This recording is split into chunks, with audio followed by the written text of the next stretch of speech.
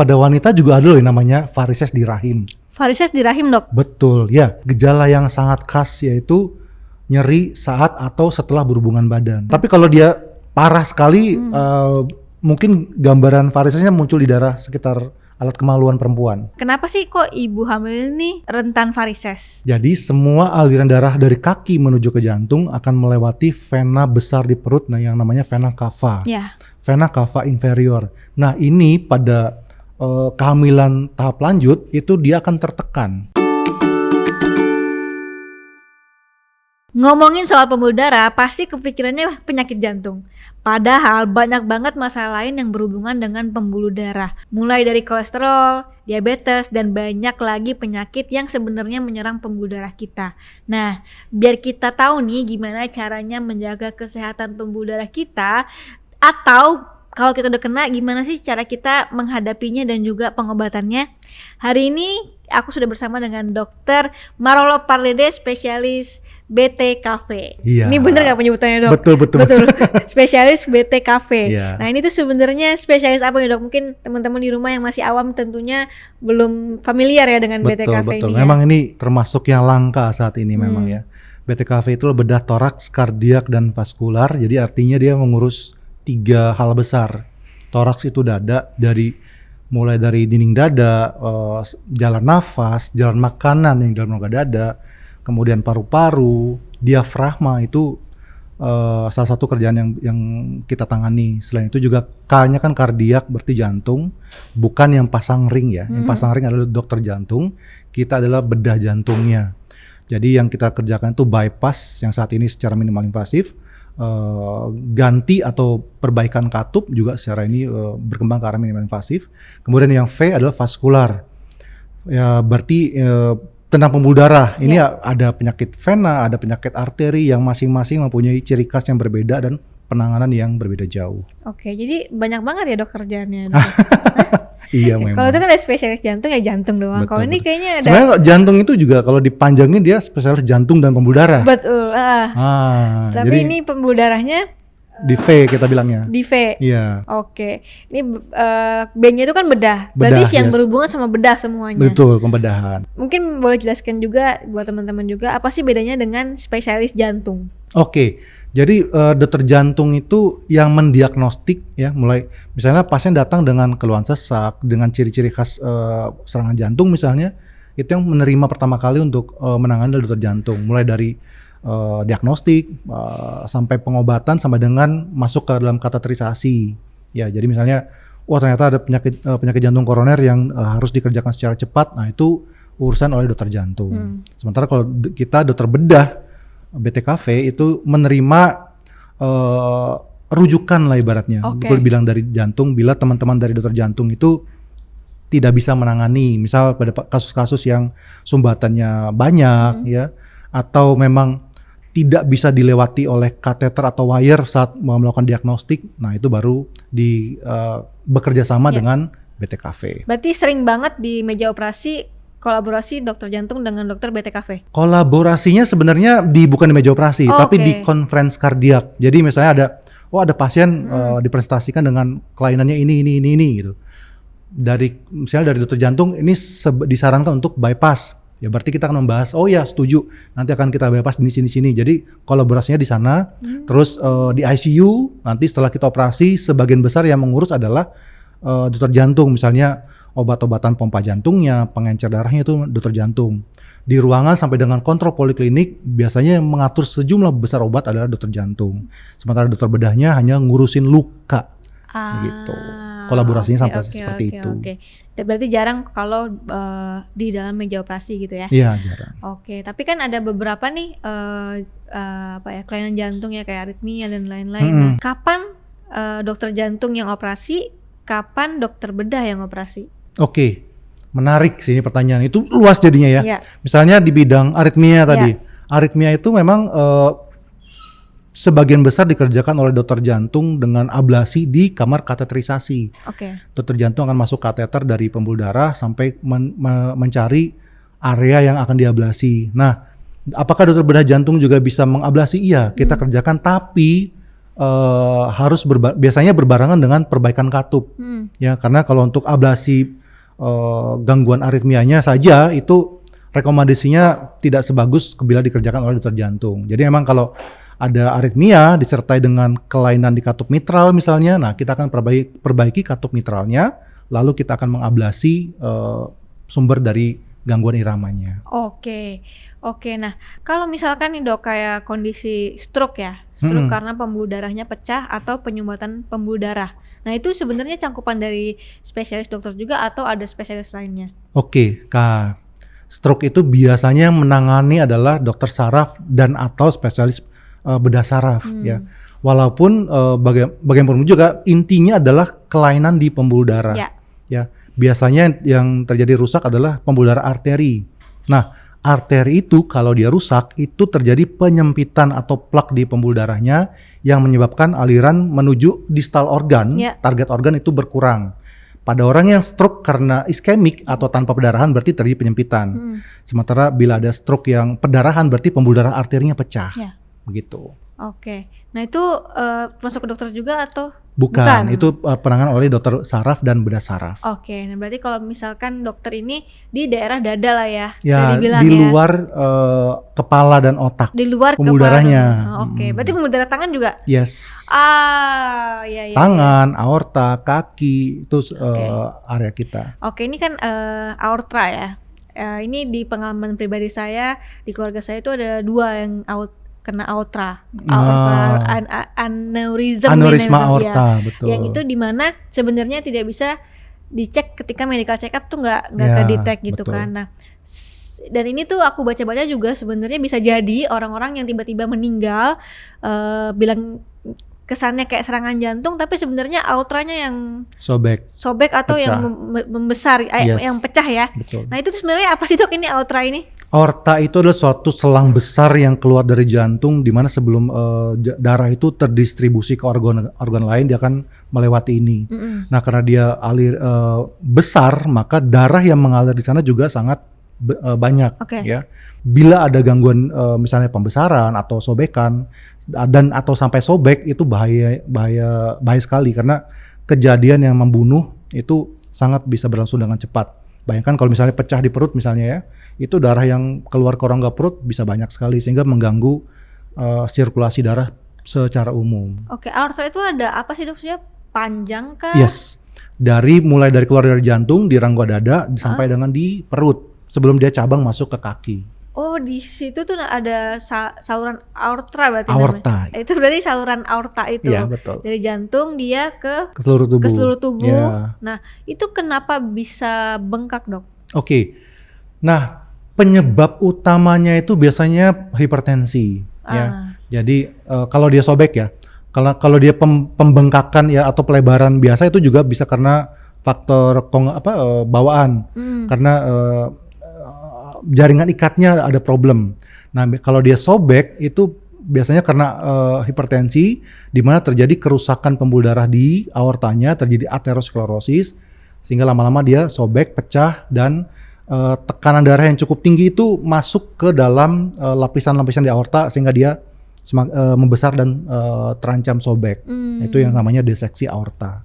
Oke, selain hipertensi? Pada umumnya hipertensi, bisa juga trauma dan lain-lain sih. Oh, trauma tuh misalnya jatuh tiba-tiba itu misalnya, pas lagi kena pembuluh darah itu bisa kena juga? Ya, sering pada tahap akselerasi dan deselerasi naik mobil, tiba-tiba ngerem, tabrakan, jerit itu kan goyang dia. Nah, itu juga bisa. Atau karena infeksi mikotik atau jamur atau apa itu bisa juga sobek di sana, bikin aneurisma juga. Oh, jamur juga bisa? Yes. Tapi kenapa Mikotik dok kalau aneurism. misalkan kita pas di medical check up gitu tuh nggak kayak kelihatan gitu? Kalau ini tuh lagi bengkak gitu. Oke, kalau dia pembengkakannya yang aneurisma yang bukan sobekan itu memang tergantung derajatnya ya. Kalau misalnya di dada dan dia cukup besar, itu dengan ronsen toraks biasa kita seperti curiga, oh ini ada sesuatu nih di rongga dada. Kemudian dokter akan meminta dilakukannya CT scan pembuluh darah atau CT scan dada dengan kontras untuk melihat lebih detail. Apakah pelebarannya harus memerlukan tindakan, karena pada derajat tertentu kita masih bisa untuk mengontrol faktor risiko, misalnya tekan darahnya dikontrol, denyutannya dikontrol, sehingga kerusakannya terrem. Tapi bila sudah lebarnya mencapai suatu titik, itu sebaiknya diintervensi. Bayangkan seperti kita meniup balon, bila misalnya kita pergi ke suatu restoran pizza begitu ya, kita ditiup. Nah begitu ditiup ada satu daerah yang melenting, misalnya balonnya warna biru, ada yang melenting jadi putih, itu kan tipis sekali. Nah darah yang tipis inilah yang gampang pecah pada aneurisma. Makanya pada saat dengan ukuran tertentu sebaiknya dilakukan intervensi, jangan sampai menyebabkan terjadinya pecah di kemudian hari. Intervensi itu artinya operasi? Bisa operasi, bisa kita memasang stand, covered stand tanpa membelah di kamar kateterisasi. Oh jadi dipakai kayak mungkin masuk ke dalam semacam gitu ya? Ring ya, semacam ring yang ukurannya besar untuk mengcover pembuluh darah aorta. Jadi memang bisa kita sayat untuk diganti atau kita bisa pasang semacam cincin di dalamnya. Berarti misalkan ini pembuluh darahnya kita gituin gitu di dalam, ya? kita bikin semacam lapisan di dalamnya. Oh, biar dia nggak lebih membesar lagi. Ya, jadi alirannya ditahan oleh struktur yang baru ini. Tapi kan dok ada yang sudah tidak bisa kalau untuk dicincin lagi gitu, harus melakukan operasi, itu ada juga? Ada beberapa kondisi dan beberapa tempat memang. Jadi misalnya sobekannya letaknya di atas di dekat 3 cabang atau di dekat koroner, itu sebaiknya di open untuk diganti pembuluh darahnya. Diganti dengan pembuluh darah lainnya atau buatan? Pembuluh darah juga? Iya, pembuluh darah buatan yang dari bahan semacam kain, fabric gitu. Diganti dengan operasi besar tentunya. Nah itu waktu itu saya kan om saya juga operasi juga, jadi saya tahu bahwa ada momen di mana dia itu hanya boleh dibedah 40 menit. Oh, bukan 40 menit dibedah. Ada suatu momen di mana kita harus menghentikan seluruh aliran darah ke seluruh tubuh selama sekitar 40 menit untuk melakukan penjahitan. Setelah itu sirkulasinya dijalankan lagi. Jadi kan waktu operasi ini kita menggunakan mesin jantung nih. Ya, jadi jantungnya kita stop, darah kita masukkan ke mesin, dikasih oksigen, dipompa. Nah, ada suatu ketika semua aliran darahnya kita stop supaya kita bisa potong pembuluh darahnya, terus kita sambung dengan yang baru. Dan itu cuma bisa 40 menit doang? Yes, karena kalau tidak ada masalah di otak dan lain-lain. Wah, krusial banget tuh ya. Betul. Dok. Nah itu juga ada momen dimana ternyata pas dioperasi harus diganti katup. Ya bisa, itu namanya tindakan bentol prosedur ya. Nah itu kalau katup, sekarang kan ada katup itu dok. Nah itu kalau ganti katup itu sekarang prosedurnya gimana sih dok? Ada yang bisa tanpa bedah kah? Kalau memang ada saat ini teknologi yang baru, misalnya di kerusakan di pembuluh darah di katup aorta, pada pasien-pasien yang unable atau tidak direkomendasikan untuk dioperasi, gitu kita bisa pasang katupnya melalui kateter. Jadi seperti kita pasang cincin di pembuluh darah koroner, jadi masuk dari kaki, kita bawa dengan kateter, kita masukkan dia di sana katup yang baru. Cuman memang indikasinya pada pasien-pasien yang belum tidak mumpuni untuk dioperasi dengan high risk. Kenapa? Karena memang setelah kita ganti ini masa berlakunya atau masa ketahanan katup ini kurang lebih 5 tahun biasanya. Oke, 5 tahun habis itu ganti lagi atau gimana dok? Ya bisa kita pasang lagi valve in valve dan lain bisa. Mungkin sebelum itu kita mau kenal dulu nih sama satu-satu pembuluh darah yang paling penting di tubuh kita dok. Apa aja dok? Apa saja? Oke.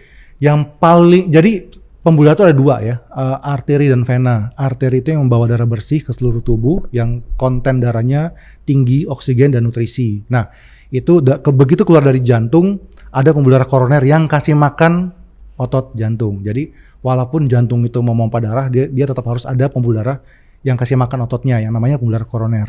Setelah itu dia keluar ke aorta. Nah di aorta ini ada 3 cabang utama selain koroner ya. Jadi ada yang ke arah tangan kanan, ke otak kanan kiri, tangan kiri. Nah itu setelah itu dia turun lagi ke bawah, ada yang kasih ke usus, ada yang kasih ke ginjal, kemudian di perut dia akan bercabang 2 mengarah ke masing-masing tungkai atau kaki kanan dan kiri. Oke, nah kita nih sebagai manusia ya, gimana tuh cara jaga pembuluh darah kita? Oke, nah menarik ini sebenarnya. Jadi khususnya arteri, karena arteri itu boleh dibilang pembunuh nomor 1. Buktinya adalah penyakit jantung koroner adalah penyakit jantung arteri di koroner. Nah saat ini masih pembunuh nomor 1. Cara menjaganya pasti menghindari kerusakan di arterinya. Apa saja yang paling sering bikin rusak? Pertama, yang paling jahat itu gula. diabetes ya. Setelah itu hipertensi, asap rokok, kolesterol dan lain-lain. Tapi memang yang paling jahat itu gula. Kenapa ini saya bilang paling jahat? Karena memang yang sedihnya kita itu sejari dini diintroduce sama gula itu baik. Kamu pinter, ranking 1 dikasih permen, dikasih ice cream ya. Jadi anak-anak kita tuh dididik bahwa gula itu baik, sehingga menjadi sugar rush segala macam, sehingga sampai kita ketemu es krim yang fenomenal di mana-mana. Jadi itu kan mendidik orang bahwa gula itu baik, itu nggak boleh. Yang sedih lagi, bahkan kalau pergi ke supermarket, lihat aja kotak susu buat anak yang katanya susu, lihat konten gulanya berapa gram. Itu over kebutuhan anak perharinya. Jadi gula jahat sekali menurut saya. Jadi hindari gula dan lain-lain supaya arterinya tetap baik. Nah kalau gula sendiri nih, tapi kan kita juga tetap butuh gula kan ya. Betul. Nah sebenarnya karbohidrat loh ya, bukan gula. Gula tuh sebenarnya sekian berapa gram tetap dibutuhkan oleh kita. Cuman yang kita maksud gula di sini karbohidrat sebagai sumber energi kita kan sebenarnya. Betul. Tapi kalau misalkan gula yang alami kan ya, berarti kalau dari nasi gitu kan? Iya, karbohidrat ya betul. Jadi itu ada gulanya juga, cuman itu maksudnya emang yang dibutuhkan sama tubuh kita gitu kan ya? Karena yang kita makan dari sweets dari permen itu kan bentuk sederhananya langsung. Iya. Nah kalau kita makan dari nasi itu tubuh akan memproses dulu. Rantai panjang dipecah menjadi rantai pendek berupa glukosa, kemudian diserap jadi makanan. Bayangkan kalau kita minum satu susu-susuan itu ya, saya bilang sih gula rasa susu ya. Nah itu langsung berbentuk glukosa yang masuk ke pembuluh darah, langsung diserap ke dalam pembuluh darah ke dalam tubuh kita, dan itu yang bahaya. Oke, kalau gula nih, anggaplah kebanyakan gula, itu ke pembuluh darahnya akan kayak gimana dok? Dia akan mengoksidasi pembuluh darah, menyebabkan kerusakan mikroskopik. Jadi pernah lihat selang, ya kalau di dalamnya tuh harusnya ada kayak semacam layer ya. Nah di pembuluh darah kita tuh ada layer yang sangat tipis untuk menjaga darah itu tidak gampang rusak. Karena sel darah merah itu unik, dia bersentuhan dengan bagian yang bukan dirinya, dia gampang pecah. Kalau dia pecah jadi penyumbatan. Nah gula itu merusak sel endotel ini, sehingga begitu dia rusak terjadi banyak proses yang terjadi, sehingga terjadi dalam mungkin beberapa tahun terjadi penyumbatan yang namanya aterosklerosis, dan ini yang bahaya sebenarnya. Oke, penyumbatan itu rasanya kayak gimana sih dok? Kalau mau tahu mungkin punya orang tua, oma, kakek, nenek, coba aja raba nadinya. Kalau teraba seperti meraba tali ya, itu mungkin sudah mulai terjadi pengerasan, atau kalau orang bilang tuh pengkapuran di pembuluh darahnya. Nah kalau misalnya langsung kayak gini semua dok. Nah kalau ciri pembuluh darah yang sehat tubuh kita tuh seperti apa? Berarti tadi ini satu ya? Ya boleh diraba. Kalau dia masih ditekan masih membal, tidak terasa keras, yaitu pada intinya masih baik lah. Kayak ngeraba tali ya. Jadi diraba tuh keras sekali dia. Ini kalau kita raba, kita punya nadi itu kan empuk ya. Nah kalau yang jelek itu dia sudah ada kalsium atau ada pengkapuran di sana, kayak ngeraba tulang ayam ya, saya pikir. Tulang ayam yang masih tulang rawan lah ya, itu persis seperti itu. Itu udah warning sebenarnya. Habis ini pada DM dokter, dok kalau ini gimana dok? Iya. Nah yang ditakutkan adalah karena kerusakan ini adalah faktor sistemik. Kalau di sini udah rusak, pasti di otak kemungkinan udah rusak. Yang di mata sudah rusak, yang di koroner sudah rusak, yang di ginjal, yang di kaki. Makanya kadang-kadang orang yang gula tidak terkontrol, darah tinggi tidak terkontrol, terjadi kerusakan di pembuluh darah arteri. Kadang-kadang dia bisa bintang 2, bintang 3 generalnya. Dia stroke dengan cuci darah, dia stroke dengan sakit jantung cuci darah, dia stroke dengan kakinya nggak sembuh-sembuh. Ya itu saya sebut dengan bintang general tadi ya. Jadi emang karena dia kerusakannya sistemik di seluruh tubuh. Oke. Bahaya. Betul. Oke, jadi semua tuh sebenarnya harus dikontrol toh sih dok, yang sehari-hari tekanan darah. Betul. Gula. Yes. Kalau memang sudah punya penyakit ini harus minum obat, harus terkontrol karena tidak bisa sembuh. Oke. Apa aja dok yang nggak bisa sembuh? Gula. Hipertensi. Yes. Kolesterol? Kolesterol masih bisa dikontrol. Masih bisa dikontrol. Ya, karena dia bukan penyakit sebenarnya ya. Oke. Nah, sementara gula itu kan base-nya adalah kerusakan di insulin di pankreas ya. Dan hipertensi itu merupakan faktor ikutan sebenarnya. Karena sudah terjadi kekakuan di pembuluh darah, maka tubuh akan memompa lebih kencang supaya darah bisa lewat. Tapi kalau manusia yang belum kena apa-apa nih dok, ini 3 ini tuh harus dikontrol terus dalam waktu misalnya 3 bulan kah? Paling baik 1-3 tahun untuk MCU umur sekitar 40 tahun ke atas. Apalagi kalau dia punya faktor keturunan. Misalnya orang tuanya ada penyakit diabetes atau hipertensi dan lain-lain, sebaiknya keturunannya lebih mawas diri. Oke. Aku pengen ngobrol tentang varises dok. Oke. Nah, kalau ini bagian dokter juga kan? Salah satunya, yes. Salah satunya, oke. Nah, ini kan varises nih kalau dulu waktu kecil ya, aku kan suka banget dok kayak dipijat gitu ya. Tapi ada mitos katanya jangan kebanyakan dipijat nanti varises. Itu dulu mitosnya. Nah, sebenarnya varises ini apa sih dok? Menarik ya. Jadi memang varises itu adalah pelebaran pembuluh darah di permukaan kaki. Intinya itu. Pasti di kaki? Yes. Bisa juga tempat lain sebenarnya. Okay. Cuman yang paling banyak kita temukan adalah yang di kaki. Jadi tapi yang mendasari itu adalah kerusakan katup-katup di pembuluh darah venanya. Jadi banyak saying peribahasa ngomong bahwa kaki adalah otot jantung kedua. Kenapa? Karena dia memompa darah dari kaki menuju ke jantung melawan gravitasi. Nah, pada beberapa orang katup-katupnya di vena ini rusak sehingga darah yang harusnya naik menuju ke jantung dia mandek atau bahkan turun lagi ke bawah yang menyebabkan kakinya bengkak. Pelebaran pembuluh darah di kakinya, di venanya dalam hal ini. Itu yang namanya varises sebenarnya. Kenapa bisa terjadi varises? Faktor risikonya pertama sayang sekali perempuan. Karena ada hubungannya dengan hormonal estrogen ya. Terus pada beberapa orang yang gaya hidupnya sedentary ya, nggak olahraga dan lain-lain ya.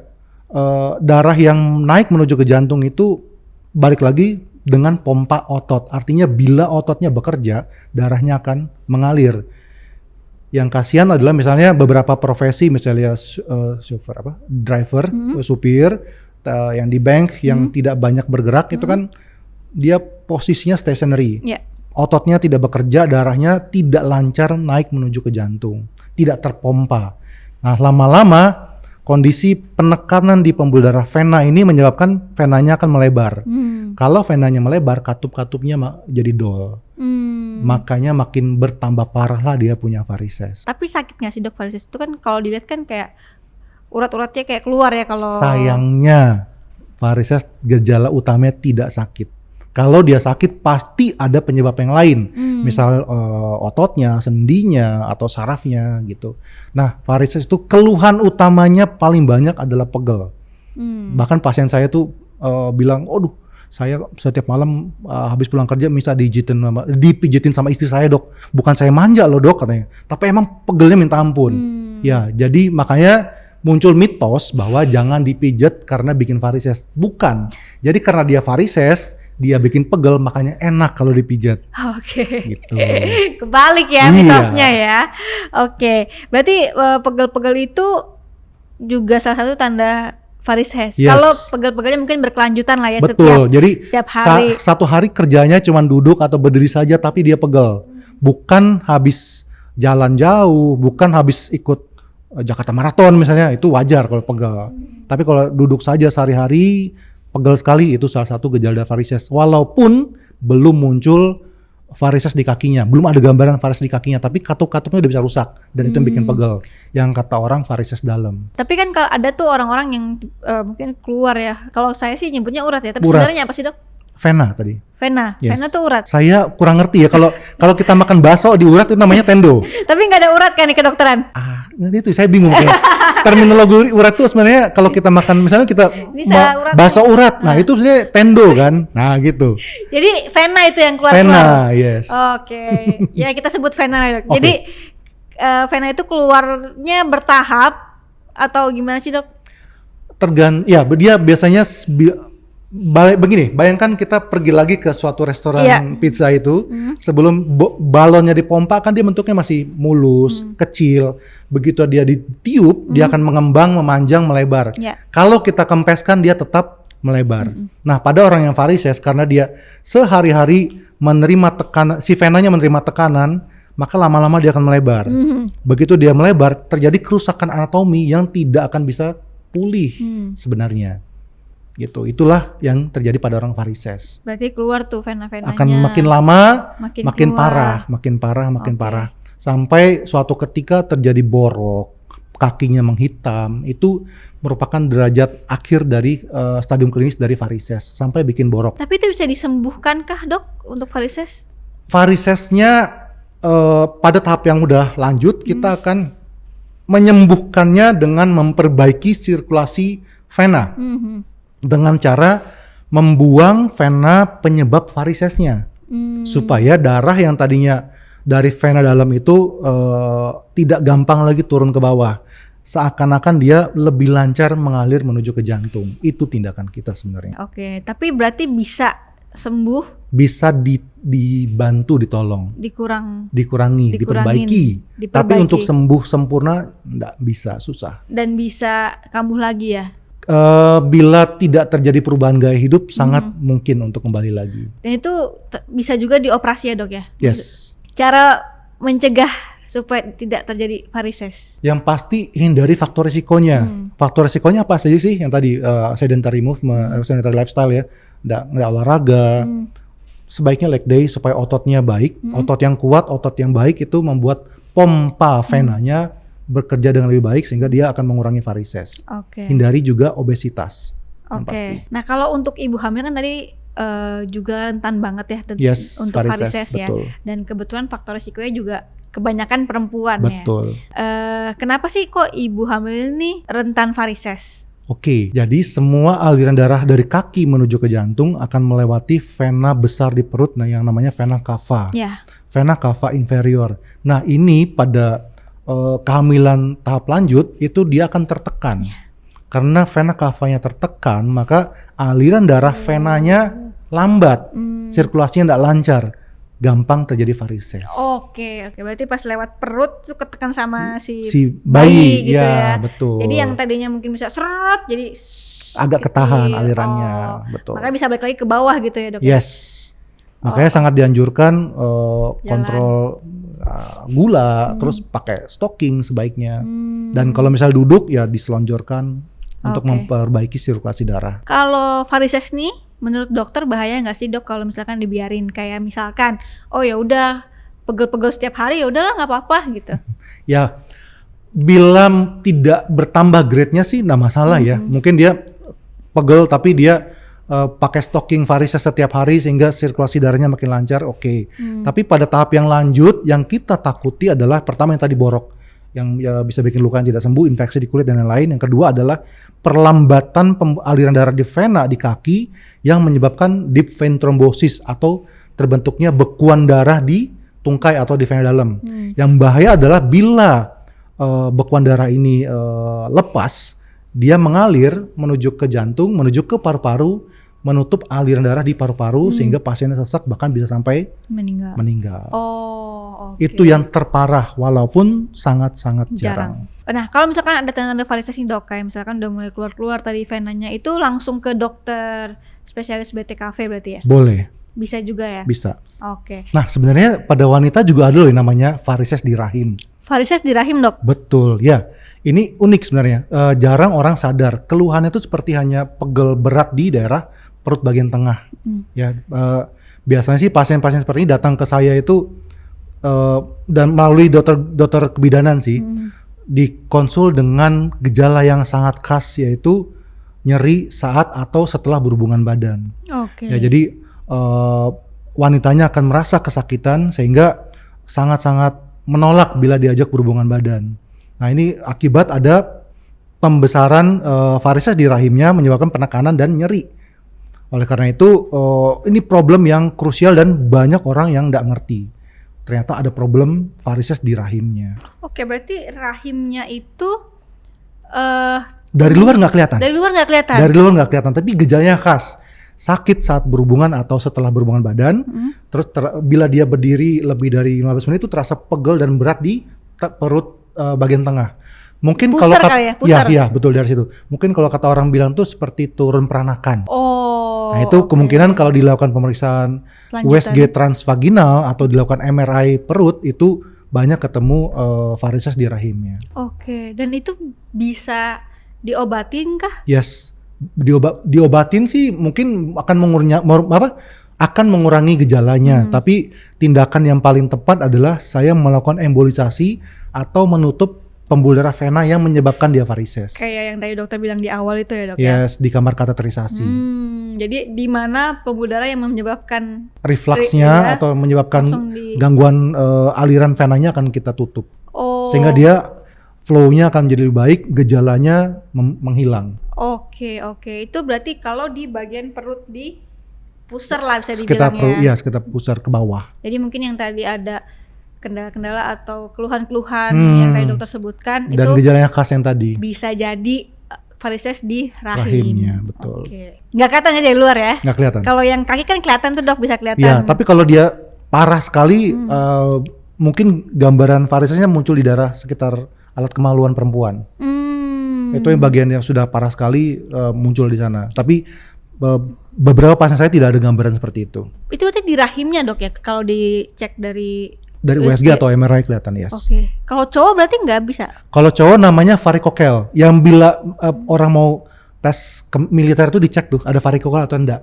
Itu sama, vena penyebabnya adalah sama-sama vena tertentu.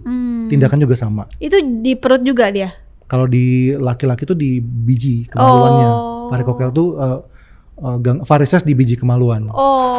Nah kalau di perempuan dia varisesnya di rahim. Oke, sekarang kita membahas tentang jantung dan paru-paru nih ya dok ya. Tadi kan kalau jantung itu banyak sekali ya untuk tindakannya, operasinya juga banyak banget. Nah, betul. Dan salah satu yang dilakukan oleh dokter adalah operasi bypass jantung. Salah satunya ya. Salah satunya. Nah itu sebenarnya operasi bypass itu apa dan kenapa orang yang punya penyakit jantung harus dioperasi bypass? Kita harus jelaskan dulu, penyakit jantung koroner itu adalah gangguan sirkulasi atau gangguan aliran darah yang menuju ke otot jantung.